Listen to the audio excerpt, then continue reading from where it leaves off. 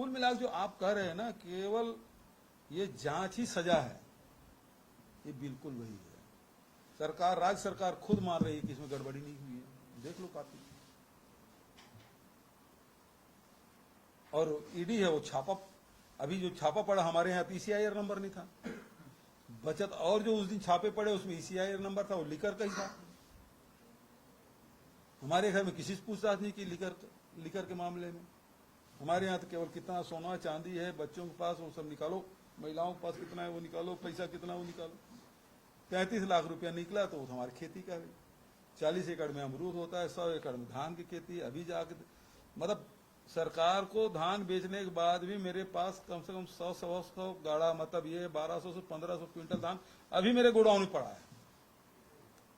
Market में बेचने जाऊं तो 25-30 लाख रुपए कैसी होगा वो, यदि 2100 रुपए में बेचे तो भाई।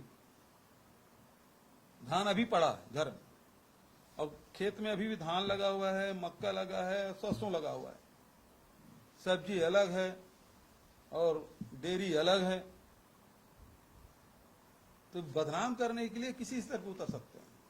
और ये जमीन कोई खरीदी हुई जमीन नहीं है, ये तो पैतृक दादा परदादा के समय की जमीन चली आई। भिलाई स्टील प्लांट में हमारे सैकड़ों एकड़ जमीन निकल गई थी, उसके नाम से भिलाई स्टील प्लांट, को हमारे गांव के नाम से भिलाई स्टील प्लांट है। सैकड़ों एकड़ जमीन निकला है वहां भिलाई स्टील प्लांट में। और रमन सिंह मेरा घर नपवा रहे थे। जिस व्यक्ति का सैकड़ों एकड़ जमीन राष्ट्र के निर्माण में, जिस परिवार ने राष्ट्र निर्माण में जमीन कौड़ी के मोल वहां उस समय दे दिए थे,